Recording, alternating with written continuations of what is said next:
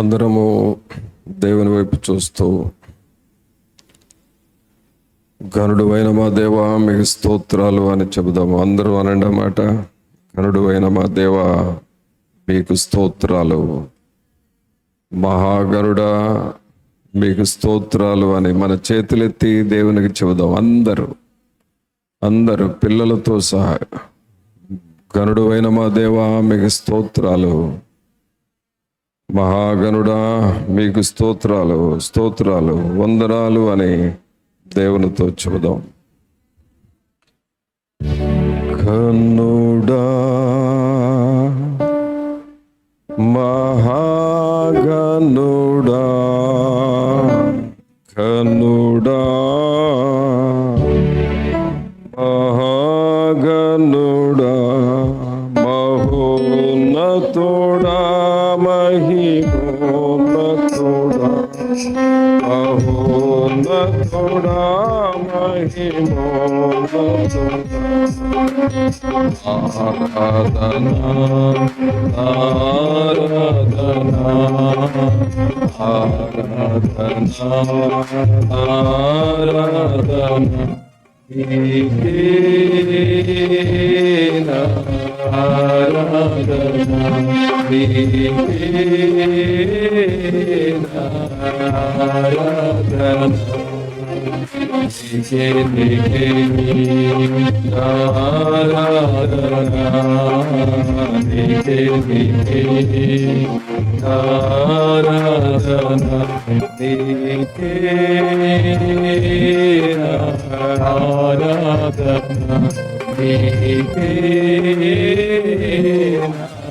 ఆరాధనా నీకే ఆరాధనా నీకే ఆరాధనా. దరిద్రతలో నన్ను ఎన్నుకున్నావు, చరిత్రలో నుండి ఏరుకున్నావు. దరిద్రతలో నన్ను ఎన్నుకున్నావు, చరిత్రలో నుండి ఏరుకున్నావు. నీ పరిగణై నేను అర్పణగా మారెదను, నీ పరిగణై నేను అర్పణగా మారెదను. ఆరాధనా ఆరాధనా ఆరాధనా ఆరాధనా నీకేనా ఆరాధనా నీకేనా ఆరాధనా నీకే ఆరాధనా నీకే ఆరాధనా నీకేనా ఆరాధనా నీకేనా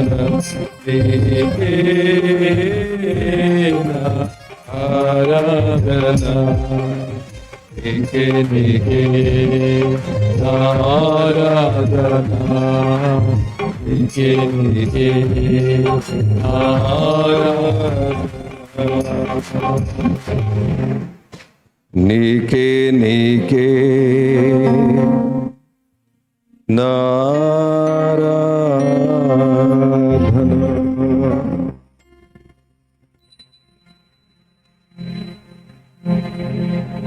నారాధనా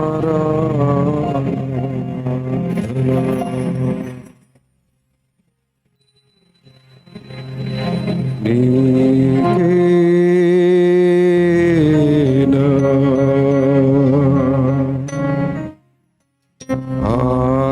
ఆరాధనా నీకేనా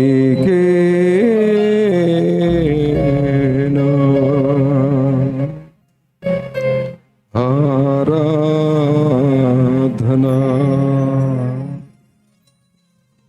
నీకే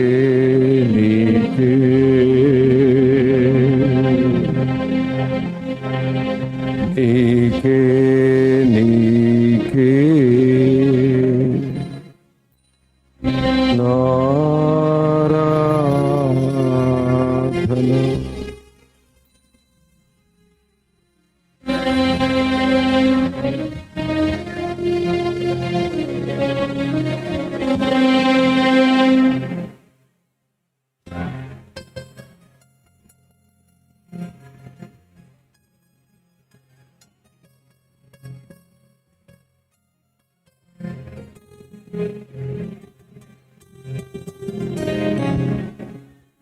పరిశుద్ధుడైన మా ప్రభా, మీకు స్తోత్రాలు, వందనాలు చెల్లిస్తూ ఉన్నాము. మహోన్నతుడా మా ప్రభు అయిన యేసు, మిమ్మల్ని స్తుతిస్తూ ఉన్నాము రాజా. మీకే స్తోత్రాలు, వందనాలు చెల్లిస్తూ ఉన్నాము. మమ్మలను ప్రేమించి మీరు ఇచ్చిన ఈ శ్రేష్టమైన సమయము కొరకై వందనాలు ప్రభా. మీ వాక్యము ద్వారా పలు రీతులుగా మమ్మల్ని హెచ్చరిస్తూ బలపరుస్తూ ఉన్నారు. మీకు వందనాలు చెల్లిస్తూ ఉన్నాము. మరొకసారి మీ వాక్యము దగ్గరకు వస్తూ ఉన్నాము. మీ వాక్యము ద్వారా మమ్మల్ని బలపరచమని నజరేయుడైన యేసు నామమున అడిగి వేడుకొనుచున్నాము తండ్రి, ఆమేన్. మంచిది పిల్లరా, నేను నుంచి దేవుని వాక్యం వింటున్నారు. నేను చెప్పబోయే రెఫరెన్స్ ఏంటో మీకు అందరికీ తెలుసు. చెప్పండి ఏంటది? ఆదికాండము తీయండి. ఆదికాండము 24వ అధ్యాయము 8వ వచనం, 31వ వచనం. ఆదికాండము 24వ అధ్యాయము 31వ వచనం చదవండి. లాబాను యెహోవా వలన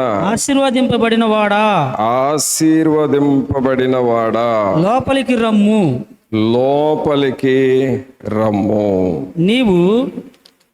నీవు బయట నిలువ నేల ఇల్లును. గమనించండి, మన ఆత్మీయ జీవితంలో క్రీస్తు ప్రభువుకి లోపల ఉండాలి అని, అలాగే బయట ఉండకూడదు అని మనం వాక్యం ద్వారా హెచ్చరింపబడతా ఉన్నాం. బయట ఉంటే శ్రమలు, శోధనలు, అలాగే రకరకాల శిక్షలు, చివరికి నరకము. లోపలికి వస్తే జీవము, ఆశీర్వాదము, అలాగే పరలోకము. ఇవి లోపలికి వచ్చిన వారి యొక్క ఆశీర్వాదాలు. అయితే మనము దేవుని సన్నిధికి వస్తూ ఉంటాము, వాక్యం వింటూ ఉంటాము. కానీ మనం ఇంతకు అసలు బయట ఉన్నామా,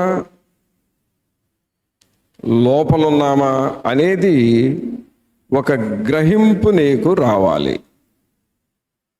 నీ ఆత్మీయ జీవితము ఎక్కడ ఉంది, ఎలా ఉంది అనేది నీకు తెలియాలి. ఇప్పుడే మనం దేవుని వాక్యంలో విన్నాం తప్పిపోయిన కుమారుని గూర్చి. అతడు తండ్రి ఇంటికి బయట ఉన్నాడు.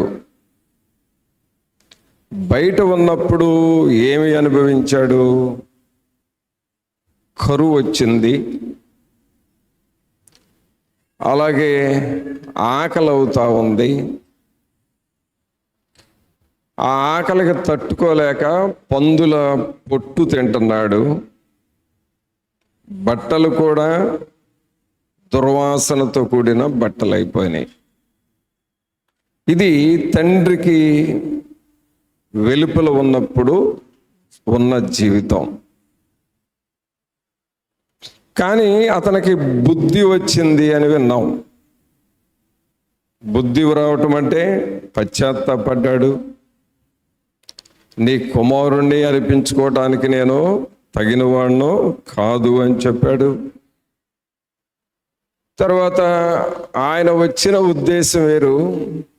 ఎలా వచ్చాడంటే కనీసం ఆ ఇంట్లో ఒక పనుడుగానన్నా ఒక దాసుడుగానన్నా బ్రతుకుదాంలే అని వచ్చాడు.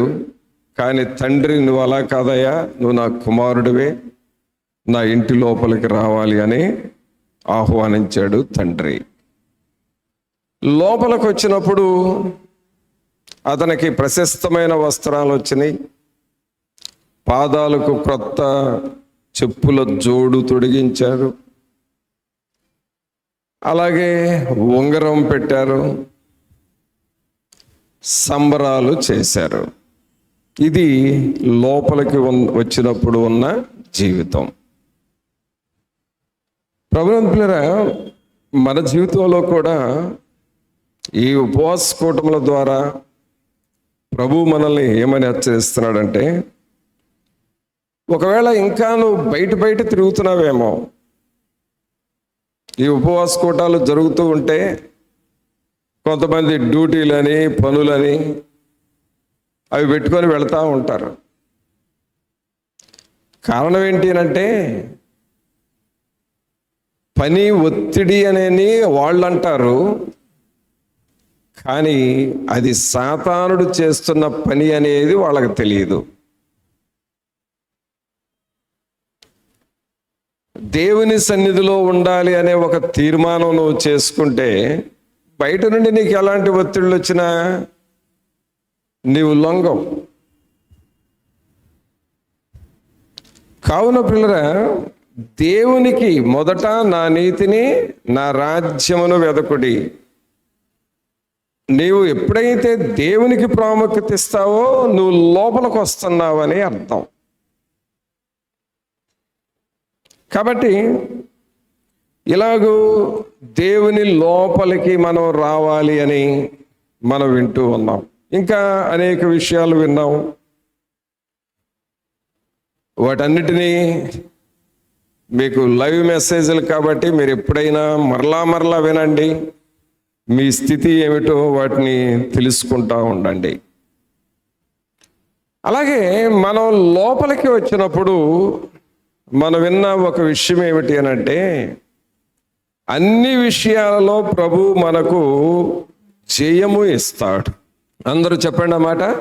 ఏమిస్తాడు మనకి? జయమును ఇస్తాడు. దేవునిలోకి వస్తే అపజయము అనేది లేదు. నువ్వు ప్రార్థన చేసినప్పుడు ప్రభువు నీకు జయమును ఇస్తాడు. ఏ విషయాల్లోనంటే అన్ని విషయాల్లో. నువ్వేం పని చేస్తున్నావో ఆ పనిలోనే, నువ్వు వ్యాపారం చేస్తే ఆ వ్యాపారంలోనే, నువ్వు జాబ్ చేస్తుంటే ఆ జాబ్లోనే, నువ్వు చదువుతుంటే ఆ చదువులోనే,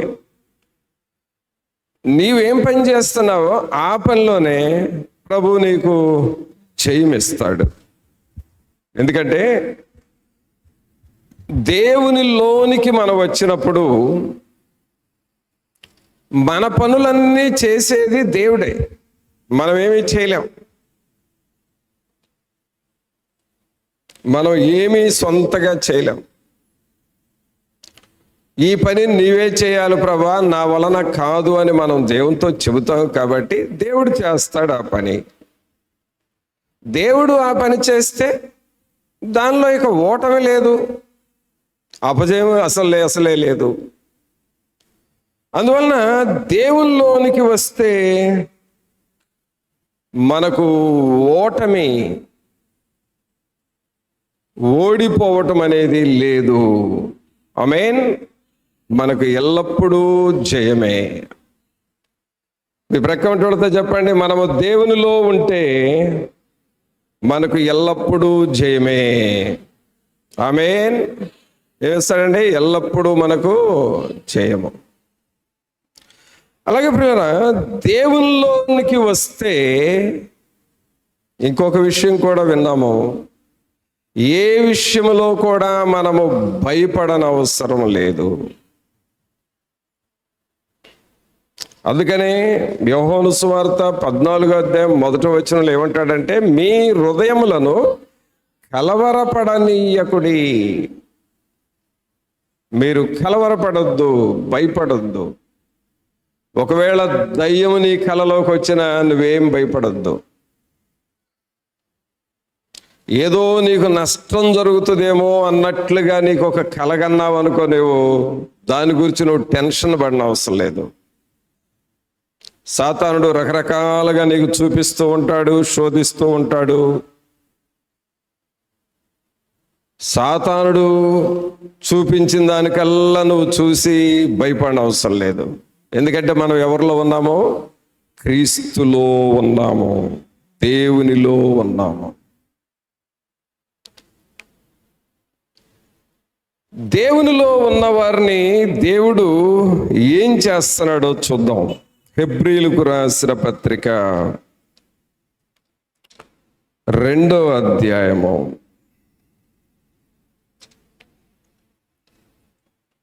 హెబ్రీయులకు రాసిన పత్రిక 2వ అధ్యాయము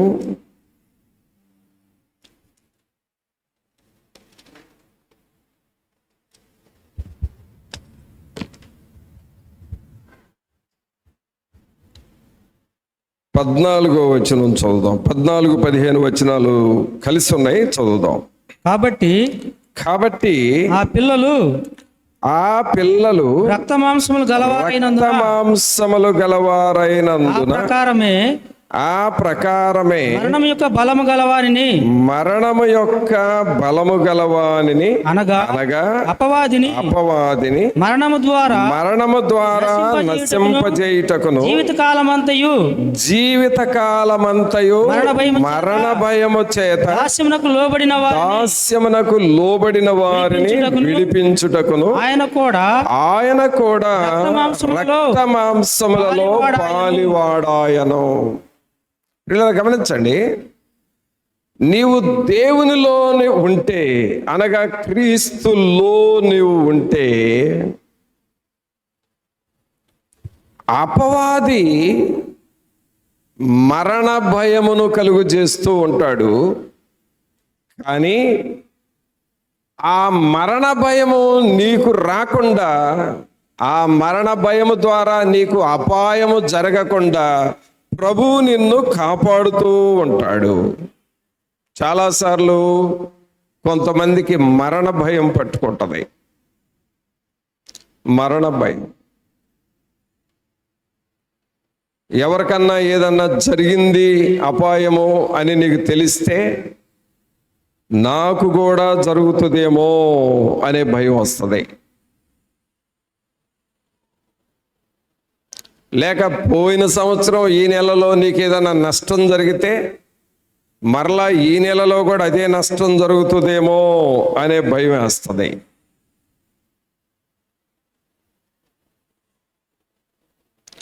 కొన్ని సమయాల్లో పడుకోబోయేటప్పుడు సాతానుడు నిన్ను గలిబిలి చేస్తే, ఏమో ఈ రాత్రి నాకేమైనా ప్రమాదం జరుగుతుందేమో అని భయం వేస్తుంది.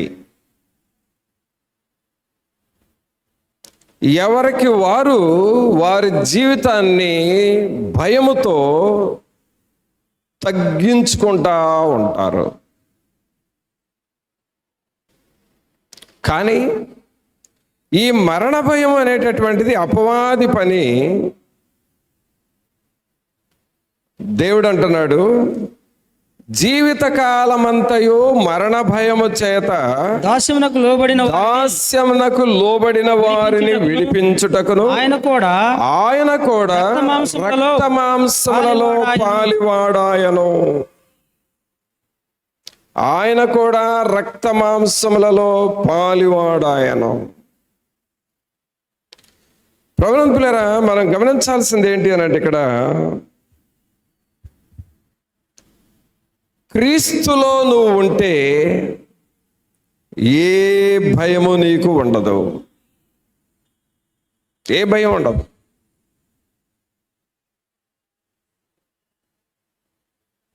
ఒకసారి ఒక దైవజనుడే వాళ్ళ తల్లి చాలా ప్రాణాపాయకరమైన పరిస్థితుల్లో ఉంది. ప్రాణాపాయకరమైన పరిస్థితుల్లో ఉంటే డాక్టర్ గారు ఏమన్నాడంటే, ఏమండి ఈమెది ఇక లాస్ట్ స్టేజీ అయిపోయింది, ఇక బ్రతకదు, రేపో మాపో చనిపోతుంది అని డాక్టర్ డిక్లేర్ చేశాడు. అప్పుడు తీసుకెళ్ళండి అని అన్నాడు. ఈ సేవకుడు ఆ డాక్టర్తో చెప్పిన మాట ఏంటంటే, నీ తల్లిని తీసుకుంటున్నానని నా ప్రభు నాకు ఇంకా చెప్పలేదండి.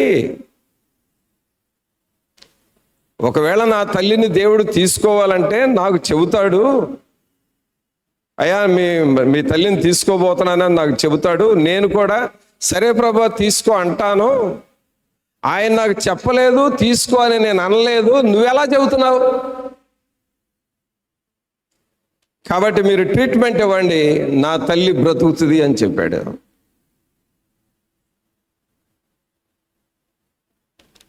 ప్రియరా గమనించండి, అంటే అక్కడ డాక్టర్ గారు ఇచ్చిన స్టేట్మెంట్ కంటే కూడా దేవుడు నాకు చెబుతాడు, నాకు చెప్పలేదు కాబట్టి మా అమ్మ బ్రతుకుతుంది. ఎందుకు ఈ మాట మాట్లాడాడు అని అంటే, ఆయన క్రీస్తులో ఉన్నాడు. సోదరుడా సోదరి, దేవునిలో ఉండటము, క్రీస్తులో ఆలోచన చేయటం, క్రీస్తులో బ్రతకటం అనేది అది గొప్ప ఆశీర్వాదకరమైన విషయము.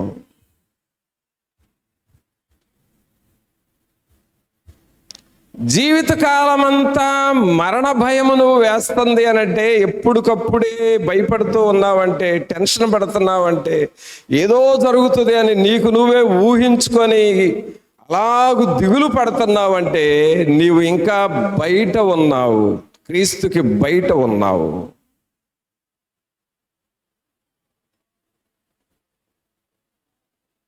ఈ సిగ్నల్స్ మనలో ఏ సిగ్నల్స్ ఉన్నాయో దాన్ని బట్టి నువ్వు బయట ఉన్నావో లోపల ఉన్నావో నీకు తెలిసిపోతుంది. అందరం చేత్తో బైబిల్ పట్టుకుంటాం, అందరం పాటలు పాడతాం, కానీ ఈ సిగ్నల్స్ నీలో ఉంటే లోపల ఉన్నావో బయట ఉన్నావో నీకు అర్థమైపోతుంది. మనల్ని మనం జాగ్రత్తగా పరిశీలన చేసుకోవాలి. అలాగే భయమును గూర్చి ఇంకా యోహాను గారు ఒక మాట రాస్తాడు. ఈ భయము ఎలాగపోతుందో చూడండి. యోహాను రాసిన మొదటి పత్రిక,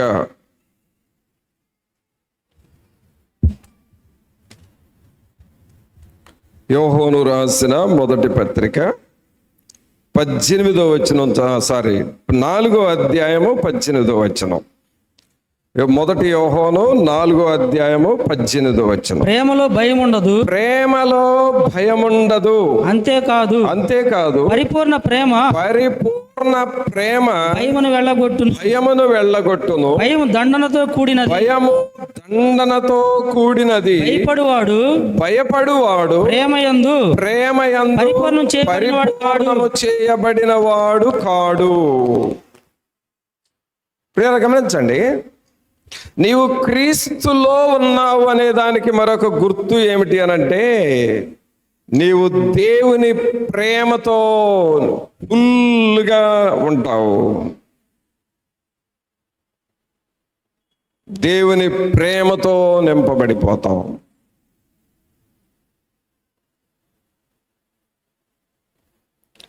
అనగా దేవుని పని తప్ప వేరొక ధ్యాస నీకుండదేక. అబ్రహామును మనం చూస్తే, అబ్రహాము బ్రతుకుతుంది భూమి మీదే కానీ ఆయన చూస్తుంది పరలోక వైపు చూస్తా ఉన్నాడు. పునాదులు గల ఆ పట్టణము కొరకు ఎదురు చూచుచుండెను అని దేవుని వాక్యం సెలవిస్తా ఉంది. అబ్రహాము పునాదులు గల ఆ పట్టణము కొరకు ఎదురు చూచుచుండెను అనగా ఆయన భూమి మీదే బ్రతుకుతూ ఉన్నాడు, కానీ తన దృష్టి అంతా పరలోకం మీద ఉంది, దేవుని మీద ఉన్నది. అలాగే దావీదు గారిని గూర్చి కూడా మనం ఆలోచన చేస్తే ఆయన భూమి మీదే బ్రతుకుతున్నాడు, కానీ ఆయన దేవునిని ప్రేమిస్తున్నాడు, దేవుని మందిరాన్ని ప్రేమిస్తున్నాడు, దేవుని సేవను ప్రేమిస్తూ ఉన్నాడు.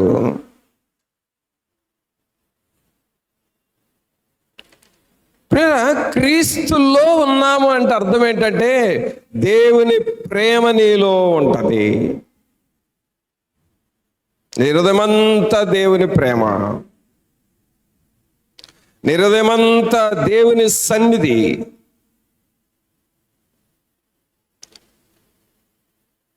సియోను పర్వతం మీద మోషే 40 దినాలు దేవునితో కూర్చొని మాట్లాడి ఆయన చెప్పిన మాటలన్నీ రాసుకొని ఆ పర్వతం మీద 40 దినాలు మోషే ప్రభువుతో ఉన్నప్పుడు ఆయన హృదయమంతా దేవుని సన్నిధితో నింపబడిపోయింది. దేవుని మహిమ, దేవుని సన్నిధి, దేవుని శక్తి, దేవుని మాటలు, దేవుని అద్భుతాలు, దేవుని ఆజ్ఞలు, దైవ సన్నిధి ఆయన హృదయమంతా నింపబడిపోయింది. ఆయన దేవునినే ప్రేమిస్తూ ఉన్నాడు.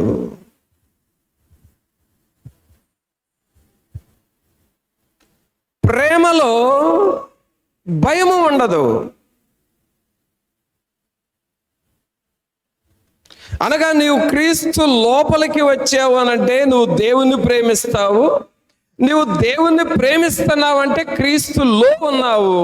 క్రీస్తులో ఉన్నావు అనంటే నీవు దేనికి భయపడవు. ఒక మాట జ్ఞాపకం చేస్తాను, మీకు తెలిసిన మాటనే మీరే డిసైడ్ అవుతారు. ఇప్పుడు పరిశుద్ధాత్మ దేవుడు సడన్గా ఈ మాట నాకు జ్ఞాపకం చేశాడు. అదేంటి అనంటే, ఇప్పుడు ఇది ఏ నెల అండి? ఏ నెల ఇది? నవంబర్ నెల. వచ్చే నెల పేరేంటి? డిసెంబర్. ఈ డిసెంబర్లో మనోళ్ళు ఒక పని చేస్తూ ఉంటారు. ఏంటి ఆ పని అంటే, తెల్లవారుజామున మంచులో లేచి కొంత చెత్త తీసుకొచ్చి దాన్ని ఒక పోగ్గా వేసి నుప్పు పెడతారు. దాని చుట్టూ జనాలు కొంతమంది చేరతారు. ఆ వేడి వాళ్ళ శరీరాలకు తగిలే అంత దగ్గరగా ఉంటారు. దాన్ని ఒక మంట అంటారు. ఏం మంటది? చలిమంట. వచ్చే నెలలో వేసుకుంటారా చలిమంటలో? చాలామంది డిసెంబర్లో చలిమంటలు వేస్తూ ఉంటారు.